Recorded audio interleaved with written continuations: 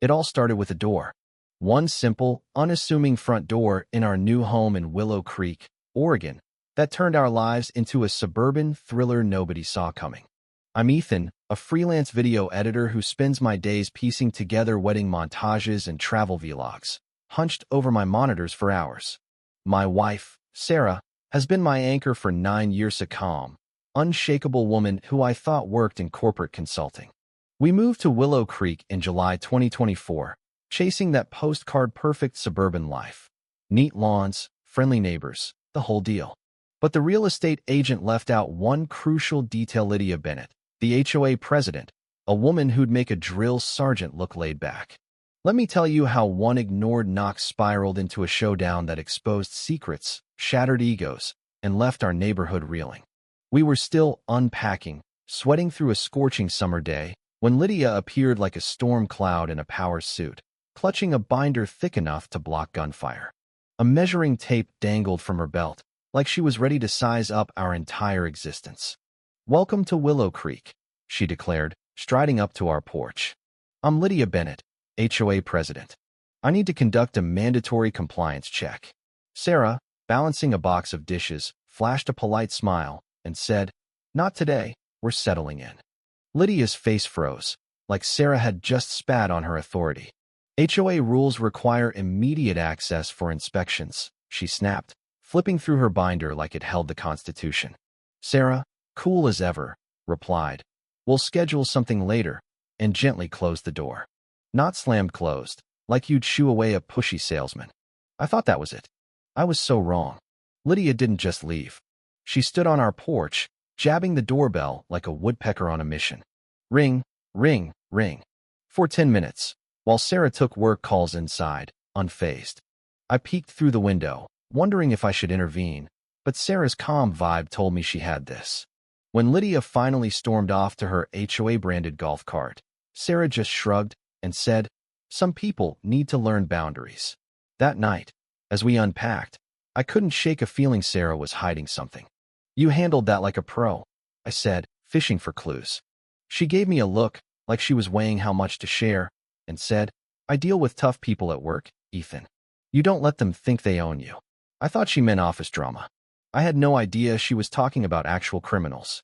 The next morning, a note was taped to our door, scrawled in furious handwriting. "Final notice. Inspection required within 24 hours or face penalties." I showed it to Sarah, expecting worry, but she tossed it in the trash with a smirk. "She can't force her way in, right?" I asked, my stomach nodding. Sarah paused, coffee cup in hand, and said, "Ethan, there's something about my job I haven't told you." That was my first hint she wasn't just a consultant. But before I could press, Lydia's campaign went full psycho. By 8 a.m., she was back, pounding our door like it owed her money. Bang, bang, bang. "Open this door," she shouted, loud enough to wake the dead. Sarah, on another call about clearing complaint backlogs, didn't even flinch. I'm editing a beach vlog, thinking, how is she so chill? Then, at noon, Lydia returned with a bullhorn. A freaking bullhorn. "Emergency inspection required," she blared, drawing neighbors out to gawk. Sarah kept working, like this was just background noise. By day 3, Lydia plastered the neighborhood with flyers. "Urgent. Resident at 214. Maple Lane refuses HOA access, posing a safety risk." Our address, in bold. My phone buzzed with neighbors asking, "What's going on?" I was ready to cave. Just let her inspect to end this madness. But Sarah made a call that shifted everything. "It's Carter," she said into her phone, voice steady but commanding. "We've got a situation that might need intervention." Carter? She'd introduced herself as Sarah Wilson to everyone. Who was she reporting to? That night, I asked, "Who'd you call?" She gave me a calculating look and said, "Lydia's about to learn about boundaries." My gut told me something huge was coming.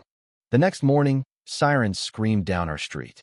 A police car parked right in front of our house, and my heart sank. Had Lydia actually gotten us in trouble over a door? Lydia strutted out, clutching a folder labeled evidence, ready to play prosecutor. She'd called 911, claiming Sarah's refusal to open the door was suspicious criminal activity. The officer, a young guy, listened as Lydia waved her folder, pointing at our house like it was a drug den.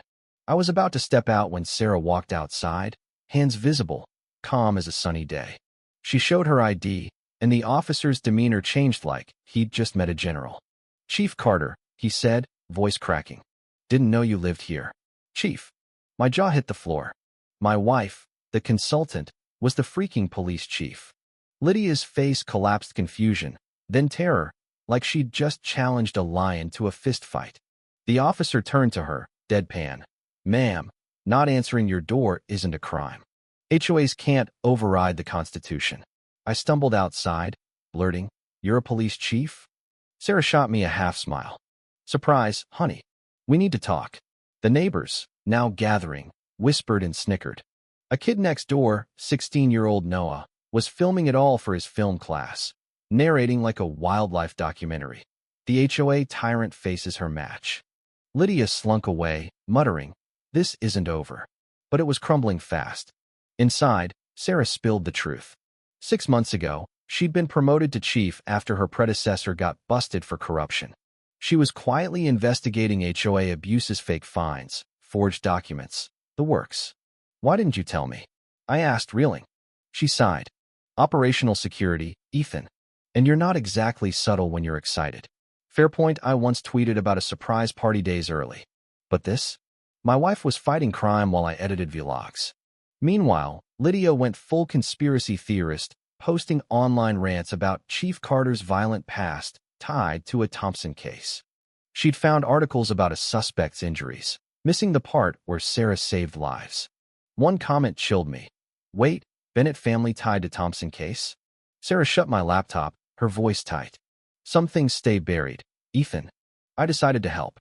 I talked to neighbors, uncovering Lydia's reign of terror. $500 fines for unauthorized flower beds, $200 for a dog barking at noon. Noah showed me receipts from Lydia's trash orders for fake letterhead, embossing seals, proof she was forging official documents. Sarah's eyes lit up when I showed her. "This is mail fraud," she said, "federal territory." But then her phone rung an unknown number. Her face went white. "He shouldn't have my number," she whispered, letting it go to voicemail. Before I could ask, we heard Lydia outside at midnight, rehearsing a presentation with poster boards and a laser pointer, ranting about police corruption. Noah caught it all, murmuring, "She's losing it." Sarah finally shared the Thompson case. 6 years ago, as a detective, she'd raided a meth lab seconds from exploding. She carried out 3 teens, including a kid too high to walk, Lydia's son, now called James Cole.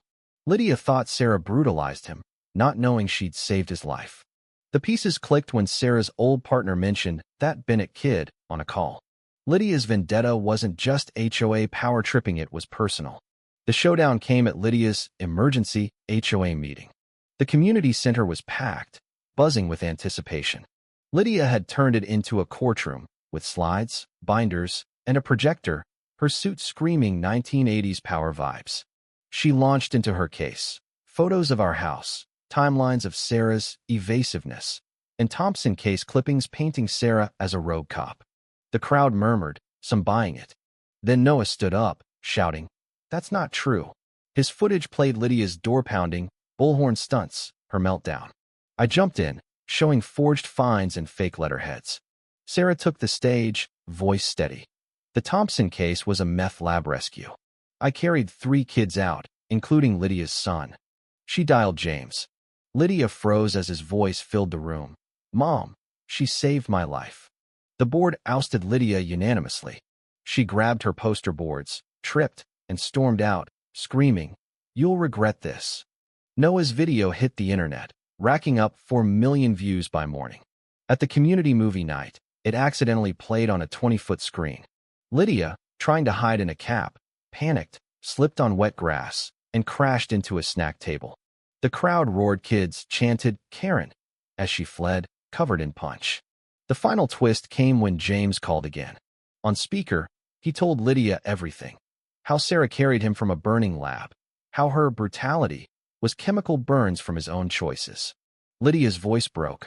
"I didn't know." Sarah, with grace I couldn't muster, said, "We run toward danger, Mrs. Bennett. That's why your son's alive." Lydia sold her house at a loss, moved to Arizona, and got kicked out of her new HOA for measuring neighbors' lawns. Sarah and I renewed our vows in the park, James and his family there, Noah's documentary winning awards. But as we celebrated, I saw Lydia's house lights flicker late, shadows moving frantically. Sarah's face darkened. Desperate people do dangerous things. What was Lydia planning? Could her obsession resurface? Who was James really running from? And what secrets might Sarah still be hiding? Hit that like button. Drop a comment with your thoughts. Did Lydia deserve her downfall? Or was she a victim of her own pain? Subscribe for more stories where truth and karma collide.